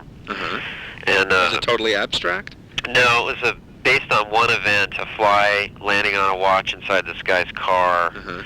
But the world was and a lot of people say, hey, I see a lot of wormholes in SpongeBob, just the world was really tweaked. And so it was, you know, it's kind of like a mixture between my personal imagery and this sort of academic subject. Not sort of, this academic subject that's rather complex, and I can't say I'm an expert on it, but it was just it was a place something to be inspired by. It interested you, obviously. Yes, and I think in a lot of ways it, you know, again, that whole idea of making a complex scientific topic more understandable and accessible came into play even in that film, you know. So anyway, and then I made another film called Animation Diary, which hasn't really aired anywhere. And what is that one? And that was a complete, total experiment where I made this portable diary / light table, and I drew a drawing for every day for a year, and tried to make the drawings connect somehow. And it was pretty much an abstract film. You spent 1 year making it. Yeah, so the idea being one drawing a day, one drawing represents that day. Right. And that they would all connect, and then when you watched it was kind of like a visual description of the year. Were the drawings done at the end of each day? They were usually, because I realized I had to set it up so I'd remember to do it. So I did it right after I brushed my teeth, because then I would remember. Because sometimes I would lay in bed and realize, I forgot to do my drawing, and I'd have to get up and go do it. I take it was pretty simple. Yeah. Drawing. Yeah, especially late at night. After the teeth brushing, you're ready for dreamland. Yeah. So that idea interests me a lot. The idea that it was a concept. It's fascinating, actually. Concept film, and I think it aired only in the short attention span. There's a festival called the Short Attention Span Film Festival, I think, San Francisco. Yeah. So I think it aired there. It's just a silent thing, short for, I think it lasted about 2 minutes. In black and white, I take it. Mm-hmm. Okay. So anyway, those are the 3 films that I had made, and then after I graduated, I messed around with festivals and Joe Murray, who is the creator of Rocco. Sure. He was interested in having people direct the shorts, the Rocco shorts. How did you meet him? Was it in school? Just at the festivals. Oh, really? I met him at Ottawa. Mm-hmm. Okay. And he was interested in, kind of the same idea, the Ren and Stimpy style, old Warner Brothers style style of writing where the director drew and the board storyboarded, and so, and that certainly, I owe a lot to Joe, just for inspiring, not only giving me my first job, but he helped. I think, set up a certain way of running a television production that operated that way. Rocco was a great show. Yes. I think so. So your first gig in this business was as a director on Rocco? Yeah. That's unbelievable. I have friends that give me a hard time about that. That's unreal. Yeah. You're leading a charmed life. Yeah, totally. It seemed like, it's funny, the doors opened when I stepped into the animation world, but I was very fortunate, absolutely. That's fate. Yeah, I guess so. Yep. Yeah, it was a great experience, and I couldn't have asked for a better job. Really? Obviously. So were you with the show from day one? For Rocco? Uh-huh. Yeah. Uh-huh. I actually worked on it the 4 seasons. All 4 seasons? Mm-hmm. Wow. And in the end, I actually was the creative director, so I got, I kind of, got some experience with managing people, and that way, and so a taste of it anyway. Right, and I mean, okay, you say you had the title creative director. What were your responsibilities? You oversaw what on the show at that point?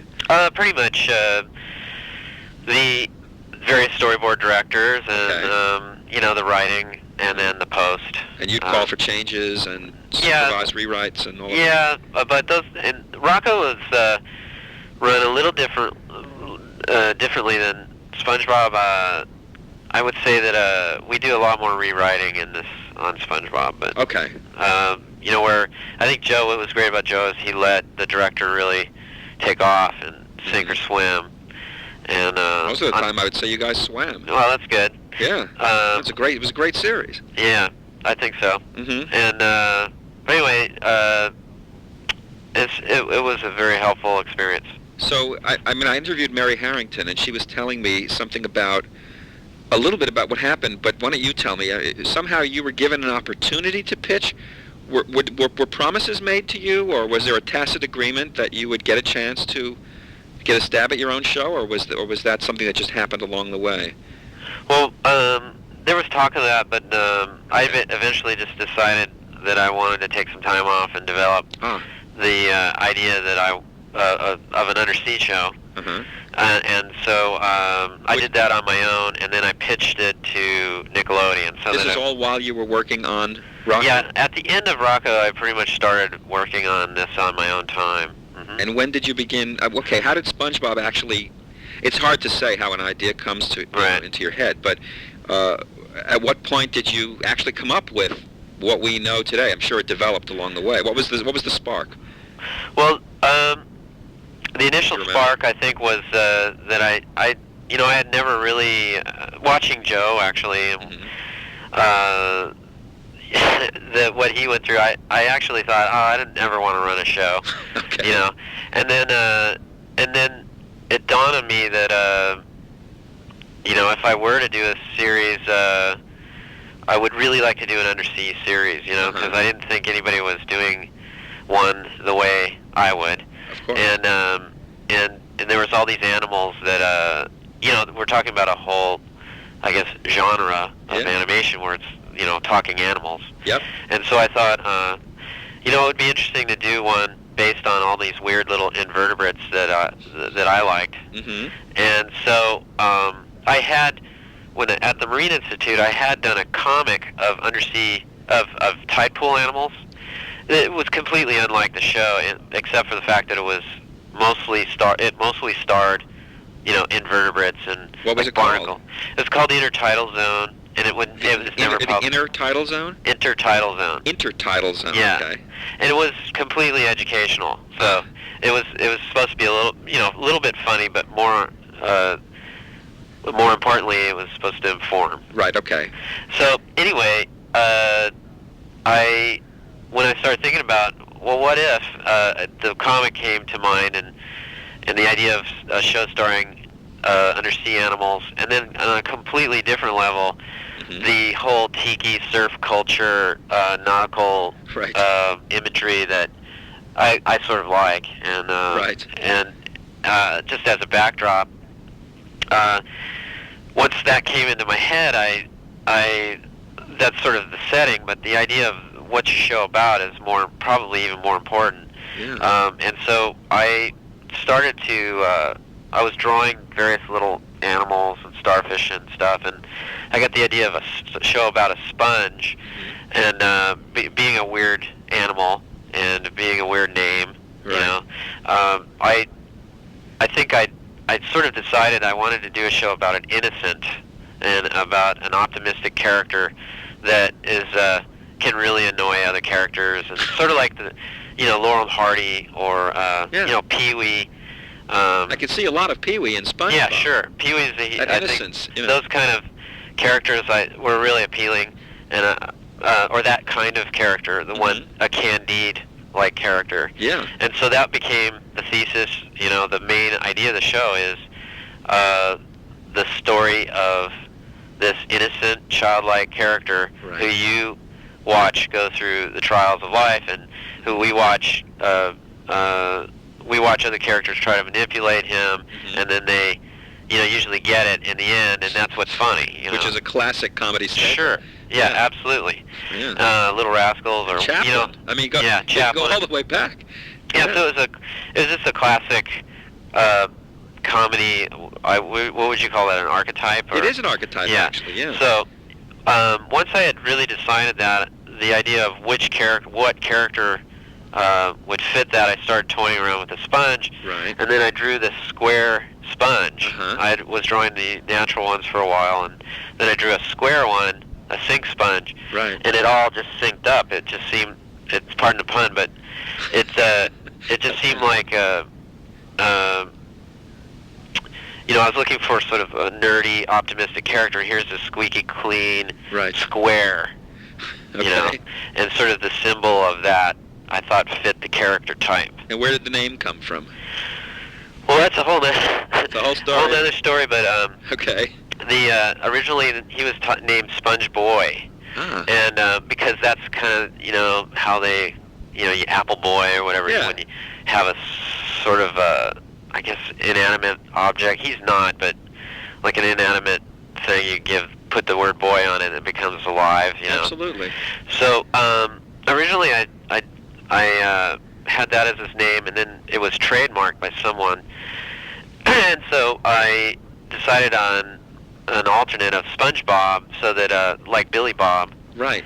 And I felt it was important to have his first name be Sponge, so that when you looked at him, you wouldn't think, geez, man. Absolutely. You know, so it would immediately extinguish any confusion. Yeah. You know, he does as look to like what Swiss cheese a little yeah. bit, doesn't he? Okay. So, but being undersea, I think it probably makes it easier to understand. Oh, too. the cheese part is gone immediately Yeah. because of what you did. So, and then having a first name, I thought last name, and this Squarepants just had a nice ring to it. Uh-huh. And so it also made him square, again, Right. referring to the nerdiness. Absolutely. And you just, all that whole process of figuring out what you're going to do is kind of hit and miss. I think I write down a lot of things. Yeah. And then Is talk. this just you and pads of paper, or were you bouncing things off of friends already at this point? Well, there's several very important people to the show. Obviously, this is not my solo gig. This is a huge collaboration. Of course, yeah. And I would want to go down on the record for saying that. Oh, yeah. But anyway, But we're still talking about the initial concept. on the original, when I first started working on the idea, I hired my friend Derek Dryman, who is today he is the creative director of the show. Okay. And Nick Jennings, who is the art director of the show. Nick and I worked on background style and together. Right. He's a painter. Mm-hmm. And Derek and I worked on the content, and so I would throw ideas at Derek, and he would usually really be a great sounding board for what seemed to be working. A second brain always helps, I think, for that. I swear by it, but yeah. Absolutely. So those two guys were very important in the initial stages of development. Right. Along with another writer, Tim Hill, he helped me develop the Bible when we put the Bible together. He's a wordsmith. And he also all those guys worked on Rocco, so. Okay. But in terms of the character designs, how much of it is you, just you, and how much is collaborative? Well, all the main cast of characters were my original designs. Gotcha. And they become, you go into it with, I did all the original drawings, and then you get a staff, and then you get one of the persons on the staff to do turnarounds. Of course. And then things become a little more solidified, like how tall is this character compared to this other one, like exactly. Right. What are the eye shapes? How do you break these characters down into simple shapes so an animator can animate them in 3D? Exactly. So the initial design drawings were mine, and then after that, I work together with the staff, giving notes, and sometimes drawing things again myself, but it's this back and forth. But at that point, what point did you actually sell it or get a network? I guess Nickelodeon was the only one you went to with it, right? Well, when did you get them to say yes? Because you're talking about a staff. You wouldn't have done that on your own, would you? Right. Well, the pilot was pretty much myself, Derek, Nick, and a couple other guys. And how long was the pilot? Let's see. Originally, I think it was 7 minutes. Okay. That was at the behest of the network, I take it. Pardon? Was that at the behest of the network, or you just took it upon yourselves to do a 7-minute pilot? Oh, no, yes. It was, sorry, I didn't know what behest was, but... I'm sorry. Did they ask you to do it? Yeah, I pitched the Bible, which is a cast of characters, what's the main theme of the show? Right, of course. How does it relate to kids? And who did you pitch? And I pitched that a couple times. The first time was to Mary Harrington. Mm-hmm. Then they wanted to see more, so we started. That's when things, like what you're saying about when it all started. It starts in steps. That's why I'm asking. Yeah. Yeah, it's kind of complicated because we started with the Bible. Mm-hmm. Then I pitched that. And you had a few said, drawings, we're I interested. take it, right? Pardon? You had a few drawings at that point.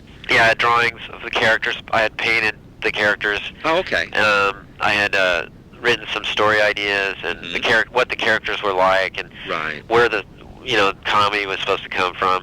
Then they wanted to see more, so we doubled the length of the Bible. We added more stories and more information.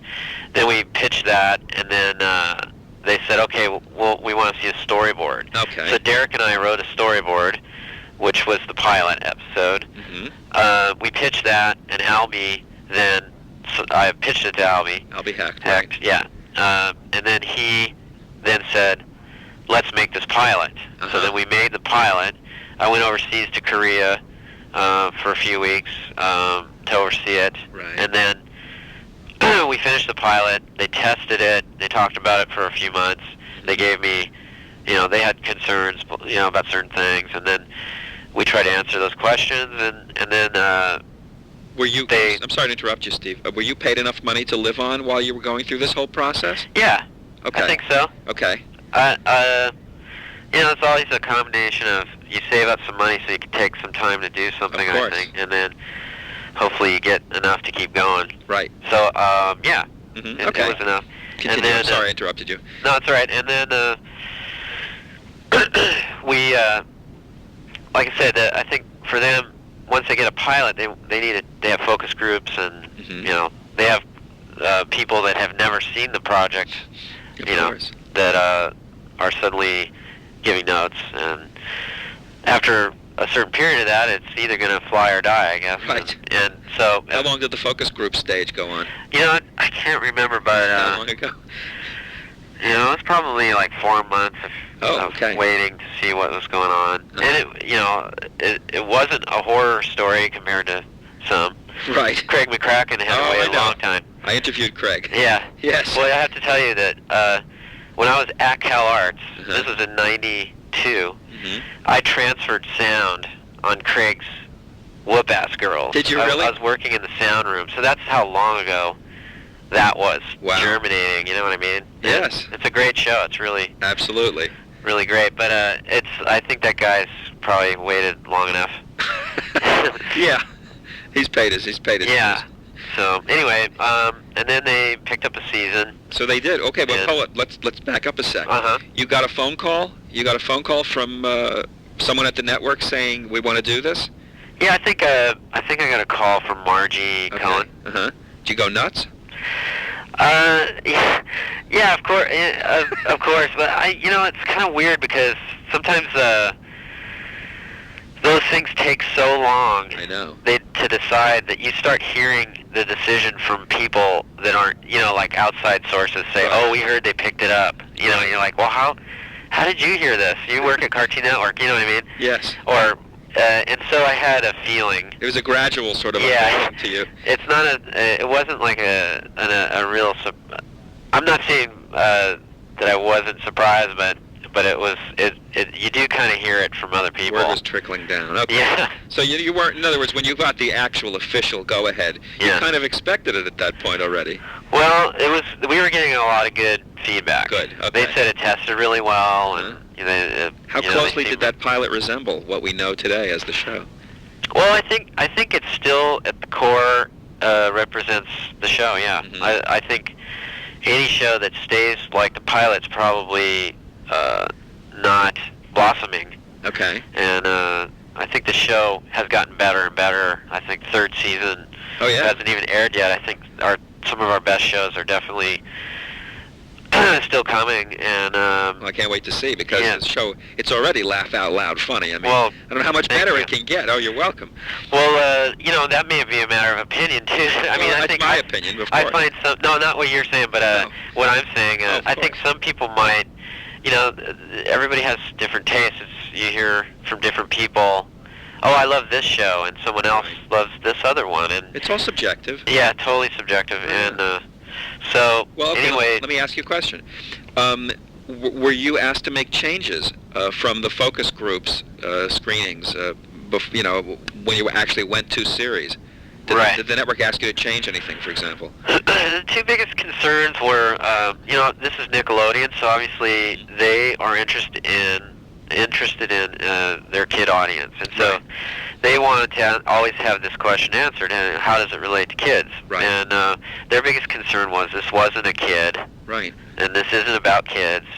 They're having a huge hit with Rugrats at the time, and so that was sort of a conflict for us, because for me, I said, well, that's not the show. They wanted to know if I would make him, have parents at his house, in school. And so I said, you know what, we can't do that. This is more like Warner Brothers in a sense that these are adult-like characters. They have their own lives. They're not kids. And even though SpongeBob, I think, epitomizes or represents what it is like to be a free-spirited kid. He's very childlike. Yeah, and so that was my argument, that this still is about kids. It's about being optimistic and naive and learning things, and he's not jaded, which I think of as that's what real kids represent to me. Yeah. And so anyway, I said that if you want, we'll have the parents appear in a couple shows to show that he has parents, but that was a sticking point for me, and they came back with, well, we think that'll be what's the word, suffice? Sufficient, Sufficient. And then good for you. Huh? Good for you. Yeah. My main, I guess my philosophy is, it is, you have an idea, and if it's, not suited, then don't do it. But would you have scuttled it had they insisted that you make him a kid? Or shot it elsewhere? Or? Yeah, I think I would have definitely pulled the project, because I don't think that that's what it represents. I think the show, what's funny about the show is an adult character that has the autonomy or the freedom of an adult. Yep. But he acts like a little kid, and he drives other adults crazy. Exactly. And Patrick and SpongeBob are like two big kids. Yes, they are. And that's what Laurel and Hardy, that's what that's why they're funny. They're like two big kids that are going to paint a house or whatever. Did you see them as a duo, as a comic duo, from the outset? Patrick and SpongeBob? Yeah. I definitely saw them as a different, another type of show that we could write. I didn't want to do a buddy show. Right. So, okay. It was a conscious decision not to make them always, together. Right. Because I think that it just gave us more material. Absolutely. So, but in addition, I thought we were coming off the success of Ren and Stimpy, and I thought there was a million buddy shows, and right. I just didn't see that as being original anymore. Sure, you wanted yours to stand out, obviously. Yeah. So, anyway, the other question that they had was, can you put him in school? And I said the same thing. He's not a kid. Yeah. So we put him in driving school, which gave us some shows about that. It gave him a goal that he could never seem to obtain, right. Get a driver's license. It's something that a kid can relate to, but it's still an adult issue, really. Well, I mean, what's the core audience that you're aiming at? Was it the traditional Nickelodeon core of what, 8 to 12 or 8 to 14? Or? Well, I think, I think the older kids, not Nick Jr. audience, not a Nick Jr. audience, but really like, I don't know. Honestly, it's just kind of what we write. What we think is funny. Absolutely. That we think doesn't go over a kid's head. Yep. But an adult would find amusing. It's sort of, it all goes back to that the theme of the show, which is that innocence prevails. Right. And that SpongeBob represents this thing that I think adults wish they still had, and that kids can sort of relate to. Right. So it's sort of kind of, maybe that's why everybody likes that kind of character. Mm-hmm. Have you ever had any trouble from the network when you have some very disturbing elements in the show? Like, well, there was one that aired the other day with the jellyfish factory, where the life was being sucked out of these things by. Have you ever gotten flack? Yeah, I mean, they push back on certain things, and then I usually try to fight the right battles, not all. I don't fight back on every single one, because then I pick the ones, because you'll kill yourself if you don't. God, yeah. But I usually, if I really think that it's really funny and that they're missing the point, we'll fight back. You'll go to bat, yeah. A good example was early on, we had the show called Rip Pants, where SpongeBob rips. He's at the beach and he rips his pants and he gets a lot of attention, and then keeps running around ripping his pants, and the joke gets old. Right. And it's kind of sad. It's a very sad story because he reaches a point where everybody he's sort of ostracized. Right. And the network couldn't understand why, the note was, why is SpongeBob ripping his pants and then laughing hysterically? Because he should be depressed and scared or something. And it was like, that's the whole point of the whole story, that he does this, and then he learns that, he went too far. Right. And then he pulls it back with a lament, a song about ripping his pants. Right. And which is totally silly, Uh-huh. but helped solve the story. And anyway, sometimes you just feel like they didn't get it, and Right. so you got to explain it. And they agreed to do it the way we intended, and I think it's a good show. And this is before it ever even aired, right? That particular one, yeah. That's blind faith they exhibited in you at that point. Pardon? That was blind faith on their part, basically. Yeah, I think it's. Because I guess it's there's things that people absolutely won't accept. Right. And sometimes something is a little too harsh, and I'll agree with them. It's like, yeah, I think we didn't think it would be that harsh, and we'll agree to change it. So you've struck a balance in terms of working with them.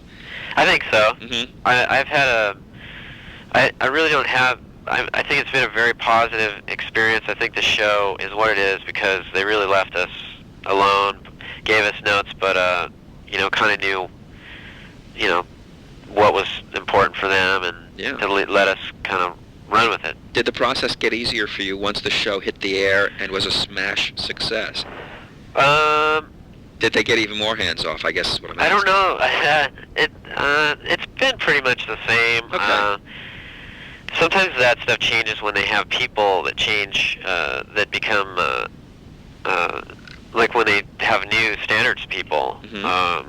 That might have more of an effect than the success of your show. You've got a whole new group to get to deal with when you're being given notes, and so that actually can be noticeable. But okay. I think they do. I think that the success of a show could affect that because then they start not wanting to, let you. I guess just. If a lot of tension's being drawn, they don't want to suddenly have anything negative happen to their property. So. Right, of course. So I'd love to talk a few more minutes with you about some of the technical aspects, like the writing process. I know, I believe anyway, that you do your show the old-fashioned way. You still do not use typed scripts, is that correct? No, what we do is, we have a writing. We have a writing step where we'll come up with premises, and then who's in on that? There's about 4 people. It's changed, Obviously, you're always one of the constants. Yeah, I'm one of them, Derek, and then maybe the story editor, and then maybe 1 to 2 other people. Okay. And then we'll basically come up with an outline of the story, no dialogue necessarily. Right. And it's really what's the beginning, middle, and end, what's SpongeBob's story. And then we'll after the network agrees to do it, right, we hand that off to a team of 2 people that we call cartoonists, I guess, directors / artists.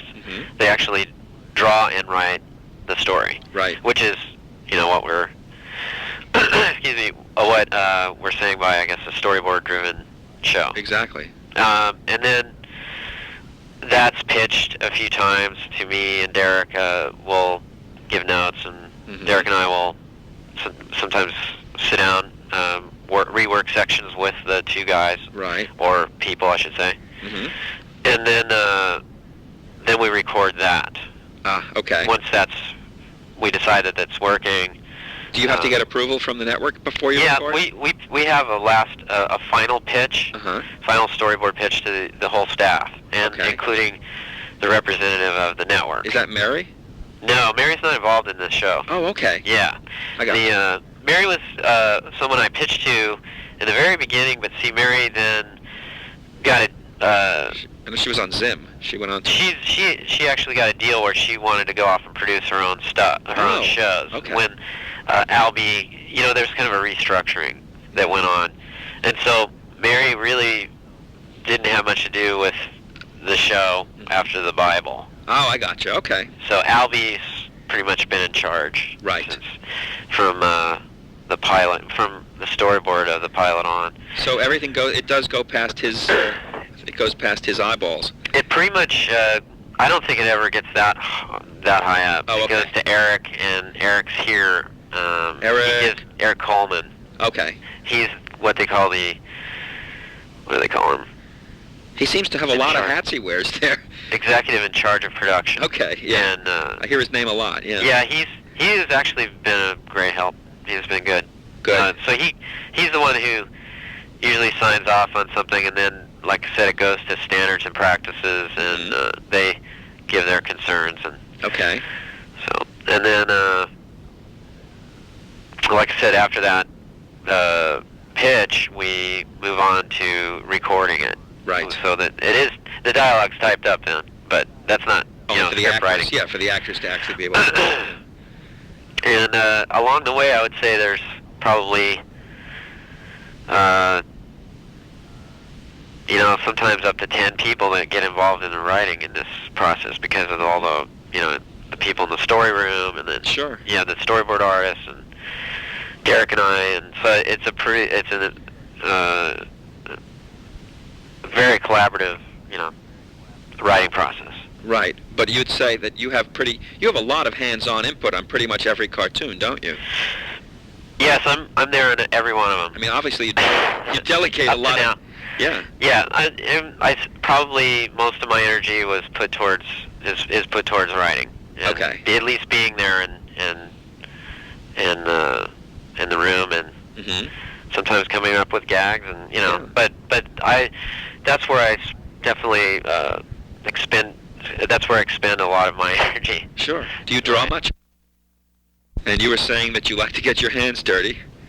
Go ahead. I'm sorry. But you really find that you can't micromanage this.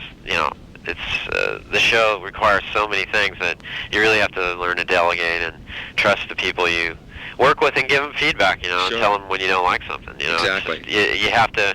I think it's important. At least the way I run a show is, you really have to have a good idea of what you want. Mm-hmm. Otherwise, you'll drown.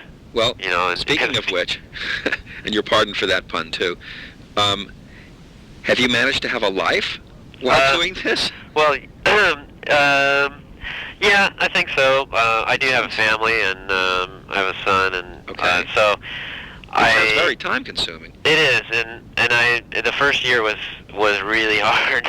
Yeah. Was really hard, but then once everybody starts knowing what you expect of them and what you're looking for in the show, things start to cruise a little better, and they get a little easier.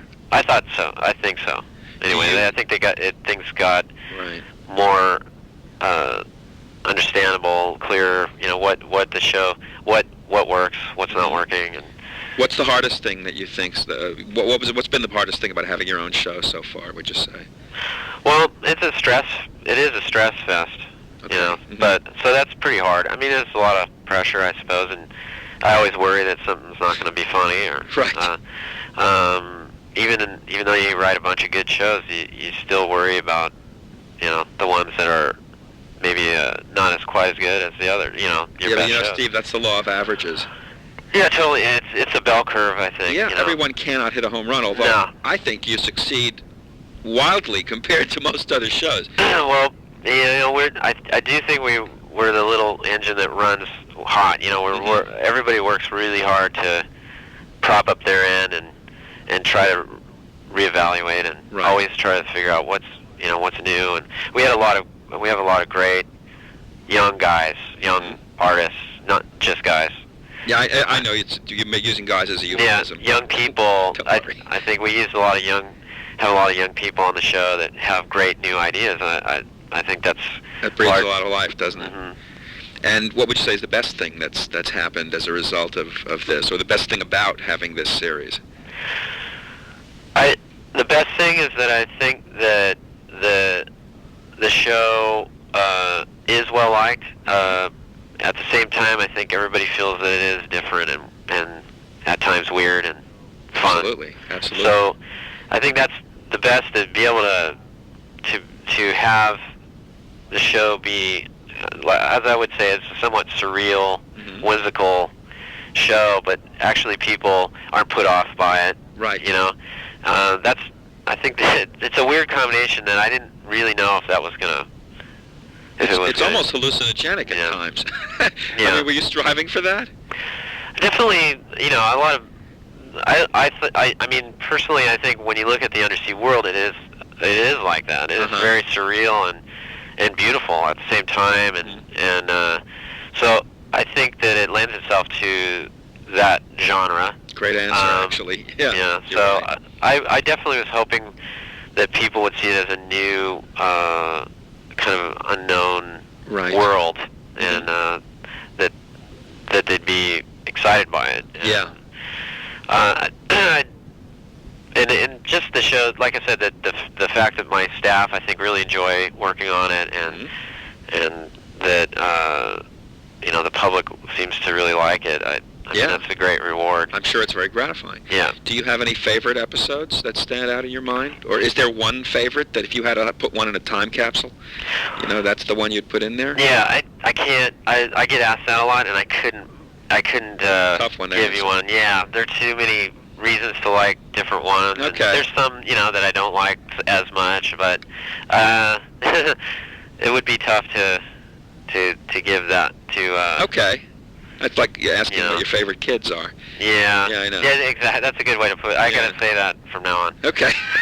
I'll borrow that one. Although some people probably, you know, probably do have a favorite kid. Yeah. But the unmentionable. Exactly. Assuming you ever have any free time, and you've indicated that you kind of do occasionally, at least lately, do you watch TV? Do you go to the movies? I mean, what do you tend to gravitate to, if you do? When you need to kick back. I have like I said, a 3-year-old, and that probably keeps me out of the theaters more than the show. Exactly. So we're pretty busy. Do you watch the tube? Yeah, I think we watch a lot. I actually do watch a lot of animation. I think some of my son's favorites are good choices. You know, he really liked Iron Giant, which I thought was a pretty amazing great film, and a lot of the Pixar films are really good. Yeah. I've been talking to all those people, actually, including Brad Bird, Yeah, I mean, there's some really great stuff coming out. Wallace and Gromit, obviously, is a good one. Talking to them, too, yeah. So, anyway, we watch a lot of videos, probably more so than TV, but, yeah, it's, tough. Like I said, it's kind of tough. We haven't been to a lot of movies because of my son. Right. You know, you can get the screeners if you call the studios. You can get the DVDs sent to your house. Yeah, I need to do that. You can do it, or just have someone on your staff do it. Yeah. That way, at least you won't be missing them. Yeah. I mean, like Mulholland Drive, I missed that. And I still haven't seen that one either. Yeah, and so... That's what happens when you're busy. Yeah. Just in closing, I was reading that you have Ashley's Book of Knots in your office. Yeah, how did you know that? I read that someplace. So, which knot? If I had to know one knot, would it be the bowline knot, or would it... I think... I learned some of this years ago, actually. What would be the one essential knot for a person to master? I'm not a knot expert. That's why I have the book. But if I had to know one, the bowline's good because you can make a loop, and it doesn't come undone. Right. Which I think is, if you ever have to climb off a cliff in a hurry, you don't want to tie a knot that's going to come undone. Absolutely not. So I would learn the bowline. The only one I know is the square knot. The square knot's a good one. Yeah. It looks pretty. That falls apart. Yeah. Well, that one was, I think, designed to come loose easily. Oh, okay. But it's only, right for certain applications. So I shouldn't hang from a helicopter. I don't think you want to. I don't think that was called also. The square knot's called a reef knot, I think, which was used for reefing sails, where you roll them up, and you gotta, let those down quickly and roll them up quickly. So gotcha. It's a good knot for that. Well, I'm going to store that. The bowline. in my storehouse of not knowledge. Thank you very, very much for giving me some time. All right. Thanks a lot. Thanks, Alan. Okay, have a great afternoon. You too. Bye.